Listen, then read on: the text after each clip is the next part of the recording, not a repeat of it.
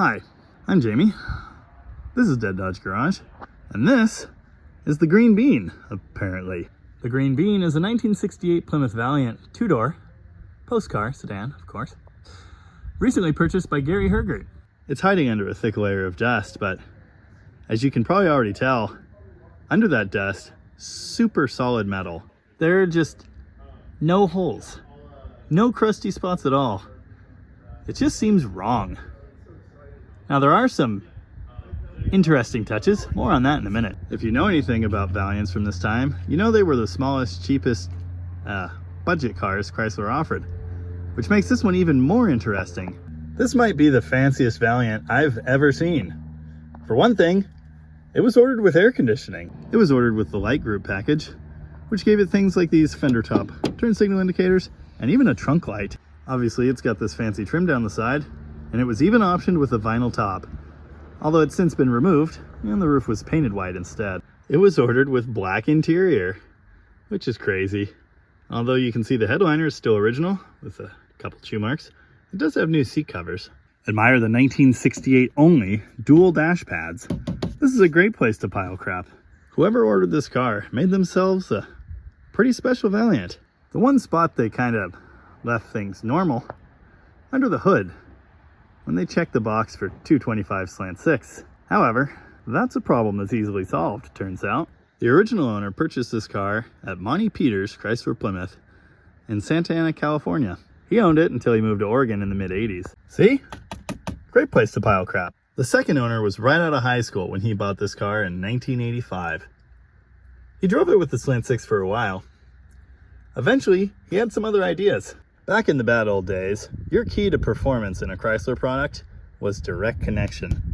A back door right at Chrysler Corporation where you could purchase performance parts and get all kinds of performance tips too. As you can see, there's all kinds of useful information in here. There are tips in here for every engine, every car, every type of racing that was happening at this time. It's just incredible. Everything, including the aero. Wow. In this book, they handed you all of the knowledge you needed to do whatever kind of racing you were into. And in their catalogs, they'd sell you whatever parts you needed to make it happen. Like this. Engine swaps in Mopars are not new. Before we had Schumacher, we had this, the direct connection K-frame. This special part mounts a big block right in the car in the correct location pretty easily. Here you can see the special engine mounts on the direct connection K-frame. They're a spool type mount, just like the factory mounts starting in 1973 in these cars. They're a whole lot better at staying in one piece than those flat biscuit style mounts of previous years. Mounted to that direct connection K-frame in this Valiant, 383 HP big block, no big deal. Apparently at some point the owner found that direct connection K-frame new old stock. The donor engine, removed from a 1969 Plymouth Fury. The letters HP right there on the number pad indicate its factory performance status. Now, of course, even with that special K-frame, fitment in here is still terrible. To make the exhaust work, he bought a set of Schumacher's Tri-Y headers. Very nice. You've probably figured out by now that there was no 383 powered Valiant. There were 383 powered Darts and Barracudas, both of which quite rare and very special. I'm pretty sure this is an aftermarket emblem for a Chevy of some kind. That just screams not Mopar to me. And it says 383 because, of course, the 383 stroker is a common thing in Chevy land. We don't know exactly what year the swap was done, but we do know, judging by components like this, that fuse holder, and this radiator, it wasn't too far in the distant past. The car was parked in 2010, although the owner did keep it registered through 2012. Just looking at these components, I'm thinking early mid-2000s. Oh, or, you know, that, I guess, would be a good indicator of when this was. Here's what's amazing about this build. All of the air conditioning stuff is still here and intact. In fact, all they had to do was change the compressor mounting brackets, and this lifted right up into the correct position for the big block. They didn't have to change hoses at all. How cool is that? Obviously over here, we've got Mopar electronic ignition. I'm sure that'll work fine. Over here, we've got transmission cooling lines. That's an interesting setup. It's nice they're out of the way, but it still feels wrong. There are some slightly less than ideal things, like this, you know, comes to mind. In fact, I have reason to believe that this swap never really did very many miles. And I'll tell you why. A few minutes ago, Evan was cleaning the rat turds off the engine and found something very interesting. That shouldn't be like that. For whatever reason, the installer of this thing shoved these two vacuum lines up into the breather on the air cleaner. That's bad. One of these would be a full-time vacuum leak, and the other one would be a second, more exciting vacuum leak whenever you open the throttle. With that fixed, if this thing does want to run, it's probably going to run better than it ever has. Notice I say if. This engine hasn't been started in years. It's not a foregone conclusion that it'll just tee right off, but, well, let's be honest with ourselves, it's a Chrysler big block. I did take the liberty of reaching down and turning the crank by hand yesterday. Didn't take too much effort. The starter was kicked out, so I heard it go clunk, and it turned just fine. I don't know what's going on with this electrical system stuff, and frankly, I don't want to. Hopefully, it all works. As mentioned, there was some debris left behind by critters, and there are also chew marks on a lot of stuff, so that's not the most ideal. But the oil looks like that. The coolant looks like that. A little low anyway. And the fuel tank doesn't smell like death. We've actually added a few gallons just to be safe, but whatever was in there before still smelled vaguely like fuel, so I feel pretty good about it. As you may have noticed already, a battery relocation was part of this engine swap. I'm sure everything related to that is just gonna work great. Wow. Gary actually thanked the seller of this car for storing it inside all of these years. As you can see, it saved it. It's so solid and it's so nice. There's a bit of a smell inside, but it could be worse. It usually is worse, in fact. Ready for fire. Now that's a good sign. Yeah, I'm feeling good about my chances here. Despite the electrical system modifications, the amp gauge still works. The fuel gauge works. And the oil warning light. Commercial or residential, Winston Rock Quarry is your solution. Okay, I guess we'll watch this added oil gauge and just see what happens.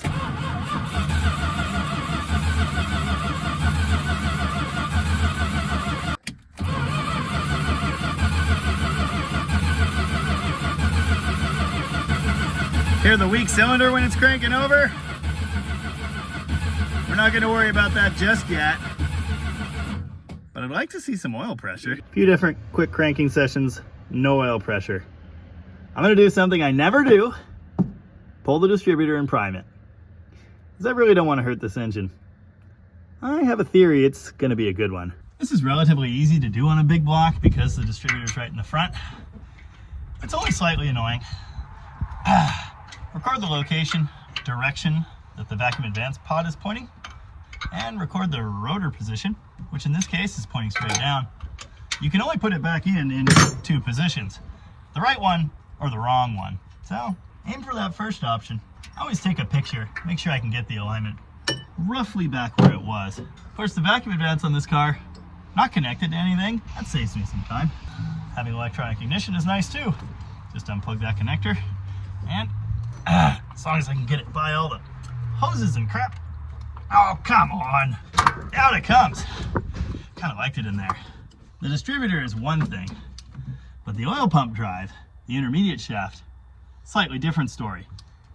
You can put it back in all kinds of wrong, record its position as well, and be aware that the slot is not in line with the rotor like you might think. It's pointing slightly downward that way. Now, I'll get a big humongous flathead screwdriver and spin that thing out of there. Then I'll grab it with a magnet or something. With that done, our good friend the Mopar priming tool is inserted here, locked into the pump. Then we gotta get a drill to it somehow. Now remember, this is a big block, so the distributor turns counterclockwise. That means after tightening the drill on the tool, you need to spin it backwards. Listen for the drill loading down, just like that. Now we've got pressure. Evan took a quick look at the oil gauge, and it's reading 75 PSI. So that's great news. Intermediate shaft's back in. I think it's even pointed the right way. Before we attempt to fire it, we're gonna go ahead and close the door so we don't get mouse turds all over the AAR. That would be bad. Hold on. Let's do some priming.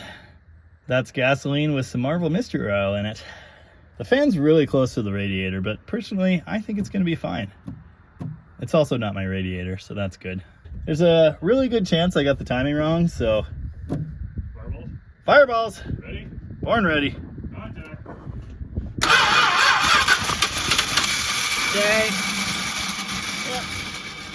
More advance. Yeah. Ow! Stabby. Contact!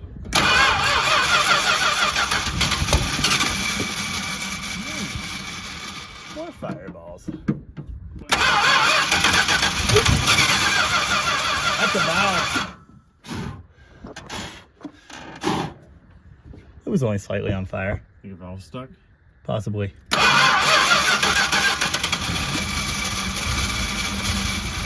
Don't do that. Don't do that.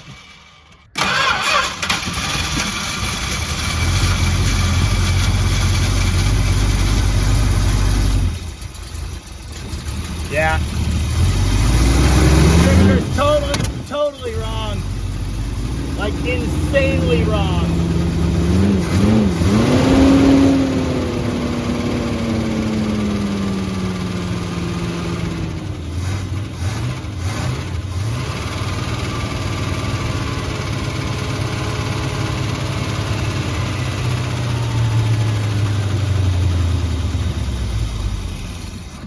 Ow. So, about those rat turds. Yeah.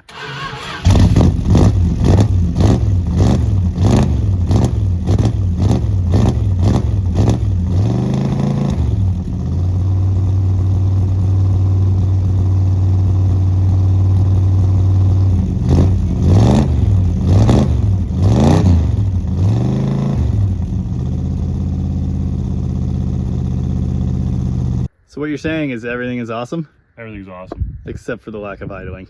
It's a runner! Honestly, a pretty strong runner, which I was hoping it would be. We've currently got no idle circuits. That is a bit of an issue. The good news is the Edelbrock, Carter, AFB, AVS family is the easiest type of carburetor there is to work on, just about. So I could probably fix everything wrong with it in like 5 minutes. Let's give that a shot. Brakes. This seems okay. It's got brake fluid. That means it's gonna do brake things. Now currently this thing doesn't have a functioning accelerator pump, which is a problem. We'll deal with that in a bit here. First, I'd really just like to get it to continue running. That would be great. My usual technique, pull the idle mixture screws and blow through them with an air nozzle.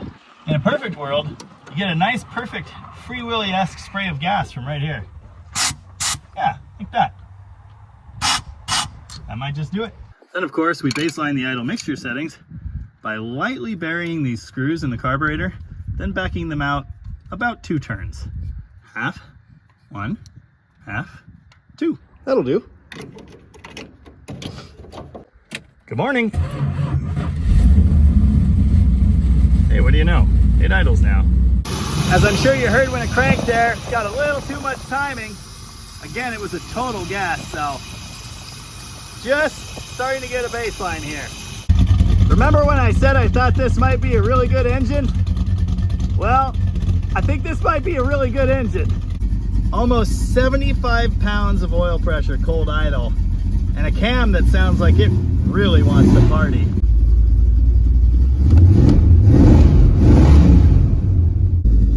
The charge gauge is kind of sticking to high, so we may well have a bad regulator there. Maybe it really is charging the battery that much at this time. I did crank it a fair bit trying to get oil pressure. Obviously we've got some stuff burning off. I'm gonna have to come around and snug up these valve cover bolts. That's not at all uncommon. Wow. Judging by the occasional fireballs, we might have an intermittent valve sealing problem. Obviously I'm still not 100% on the timing, and we have no pump shot, so that's not ideal. It's a self-fixing Plymouth! Are you impressed? I'm impressed. Let's get it off the trailer. I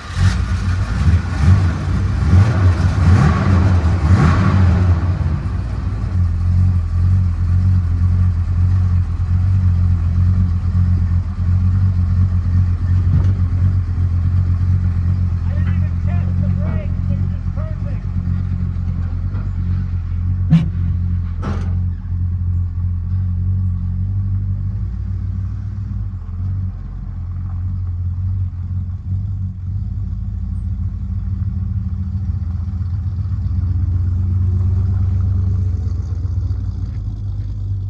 This car is just magical. I'm gonna get greedy and try and make the accelerator pump work. We'll take it for a spin around the yard, and then I think we gotta knock the dust off it. Weird, I know. Okay, you're not gonna believe this. The compressor kicked on and is cycling, and the line is actually getting slightly cold. Pretty sure the pressure is low, so it needs to be charged, but what are the chances of that? It's even equipped with an idle solenoid, and it works too! It is actually cold. No way! Let's see if we can get the blower motor to work real fast. Sometimes I impress even myself. If you're not hip to the power probe, it's absolutely the best tool for electrical diagnosis and repair on any car like this. I have 2 or 3 of them. As I was saying, the power probe, single best tool. It's just got a blown fuse, which, same as the last fuse I replaced, looks perfectly fine. I went ahead and fixed the trunk light real fast, which again, way too fancy for a Valiant. Now I'm not gonna sit here and lie to you and tell you it's ice cold, but it is cool. Wow, just wow. Okay, you can't make this up. I was just starting to pull the carburetor apart so that I could replace the accelerator pump diaphragm. It fixed itself. Admire this crazy contraption. This carb is actually equipped with the Chrysler throttle adapter bracket, and then this extra bracket. It's an old school low car type kit, converting from a linkage to a kickdown cable. I'm gonna assume it works until proven otherwise. As usual, this is just too easy. It's not always too easy to get these things running, but it usually is. Trunk batteries are kind of a pain for some things, but well, I've got a backup plan. I know by the way that it starts that the timing's really close. Oh yeah, I flooded the crap out of it with the accelerator pump that works now. But I want to check it with a light and make sure. Also, as you may have noticed, the idle speed has come up a good bit now that it's run for a while. I think all the cruddies are falling out of the carburetor. It's getting happier and happier as it runs. Whoa, that thing's flying low. Don't ask me how I did this, because I don't know. But by ear, I put it at exactly 10 degrees base. Looks like a stock curve in the distributor. That's gonna be really close. And it sounds pretty happy. So I think I'll leave it there.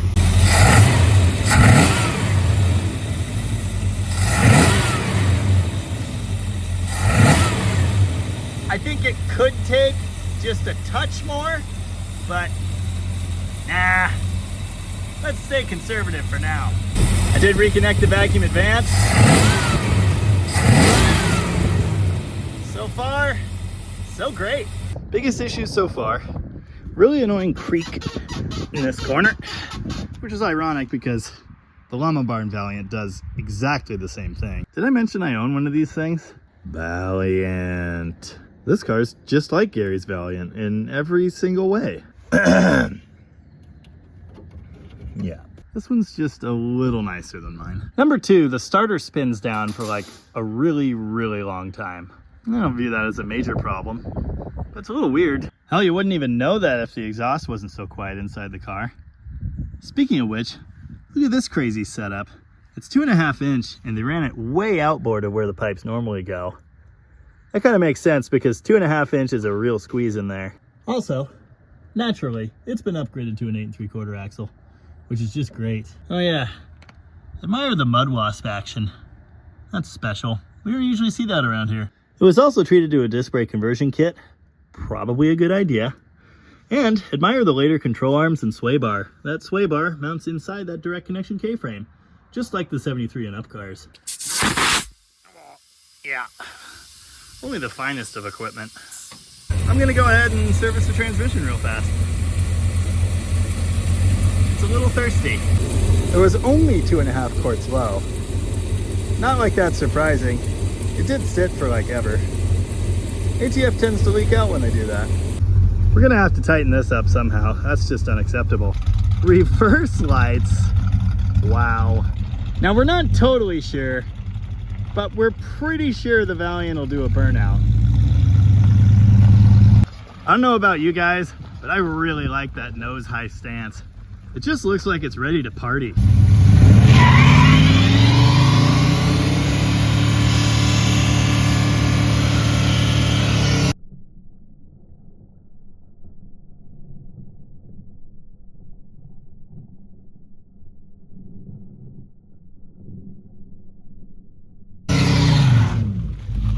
Well, yeah, it'll do one. But just the one tire, unfortunately. Good Lord. Yeah, that's not enough smoke. We're gonna have to fix that.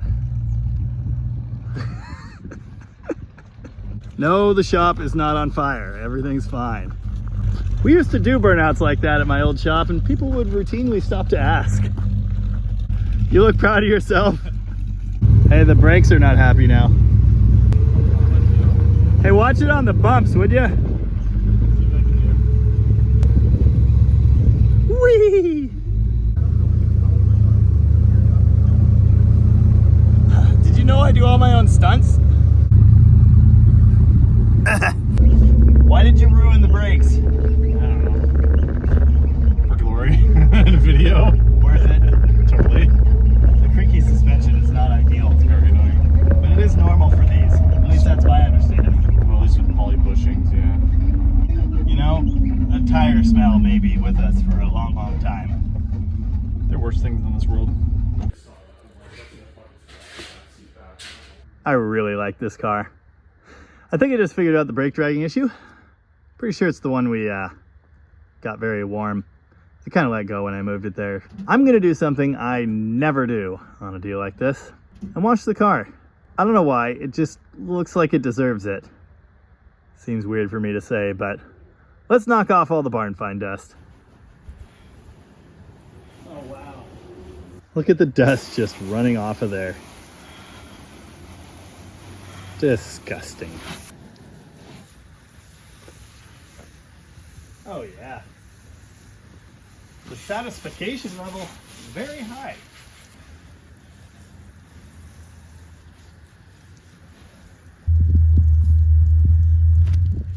Just a bit of a color difference.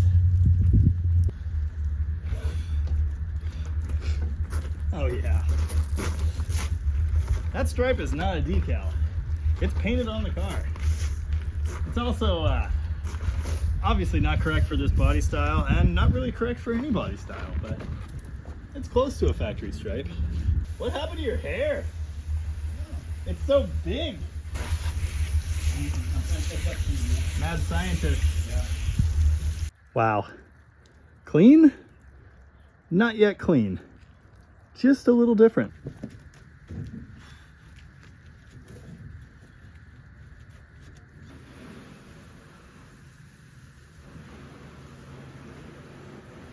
We'll try and keep the water spots to a minimum, although on a day like today, it's gonna be challenging. Going around it with a microfiber and mopping up the water left behind is a good way to do that. Now, I'm no car wash professional, but man, that looks great. So much shiny. The bumpers are the only real letdown, especially the rear one with that dent. A little polish could get the bumper and other chrome pieces looking even better, but frankly, it's not that kind of show. I guess I could at least knock down the cobwebs in here. This car is just incredible. Not bad. Not bad at all.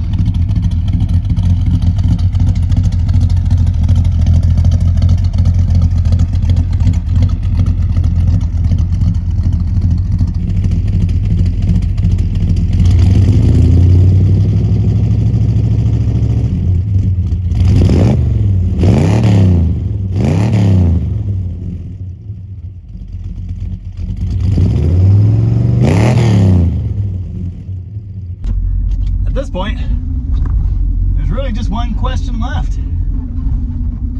What's it like to drive? So far, squeaky.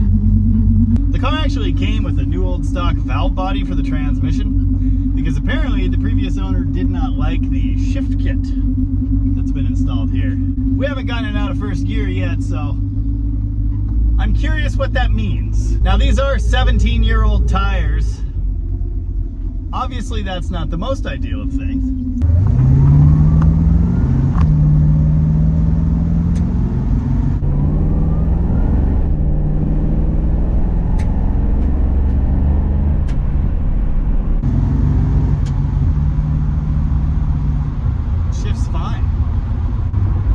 vibration from the tires.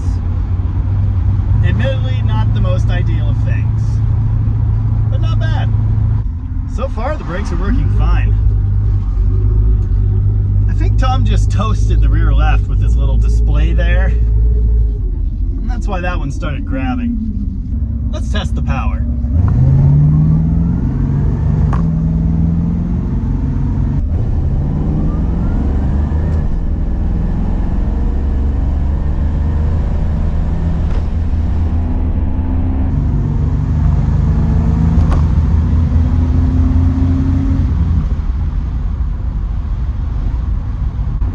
Brake traction, which is interesting.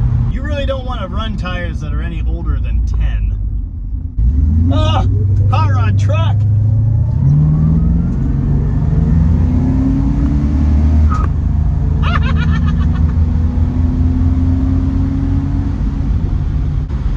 It chirped going into second at 4,500 RPM. Alright, sure, my stock 383 powered 66 Charger did that, but it's just really fun in something this small and unassuming. I really like that the lock isn't digging into my arm like the later Charger I just drove across the country. This is cool. I'm not really digging the smells. There's a critter smell in here. That's not great. But mostly it's the burning tire smell. Engine's good and warm.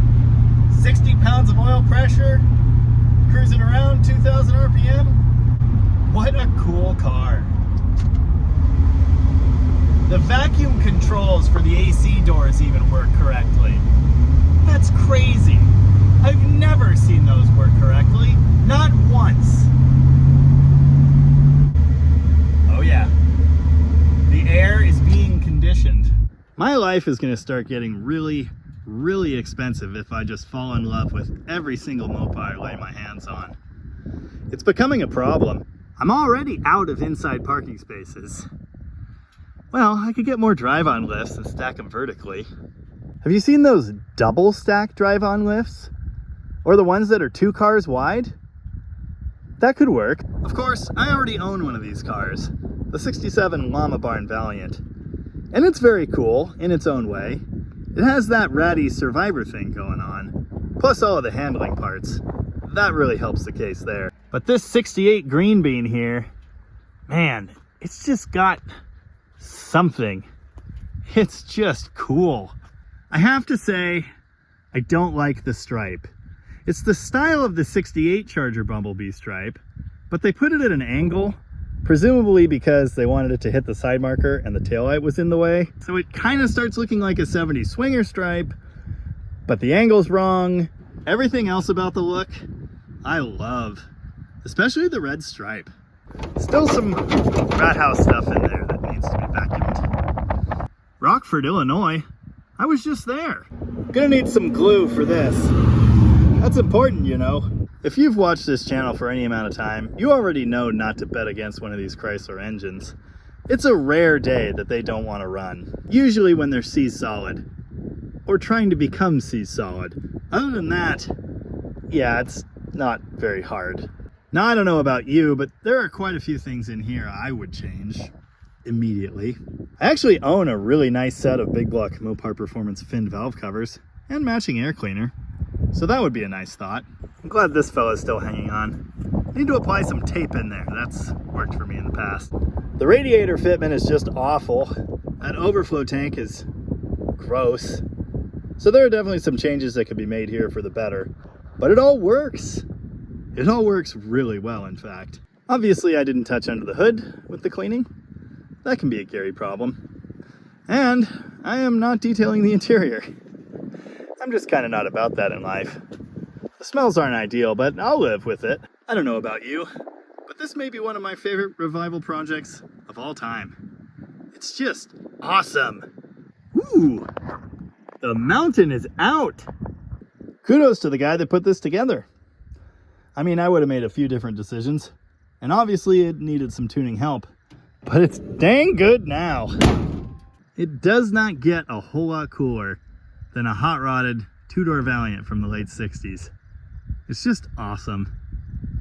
And that's all I have to say about that. Okay, that's funny. That's an E-body under hood pad clip. Which car's missing one? Okay, obviously it's not perfect. Don't look at that. Now I just have to hope it makes it back to the shop. What's the worst that could happen? Oh my God! I finally found a car that can turn around here!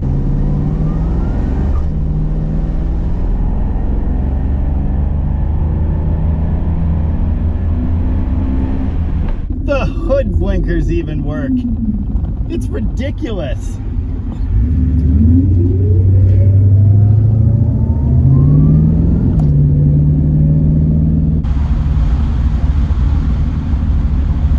Wow. Beautiful day. Hey, thank you very much for watching. I really appreciate that. And remember, always eat your green beans. They're good for you. I'm gonna have to fight Gary for it, aren't I?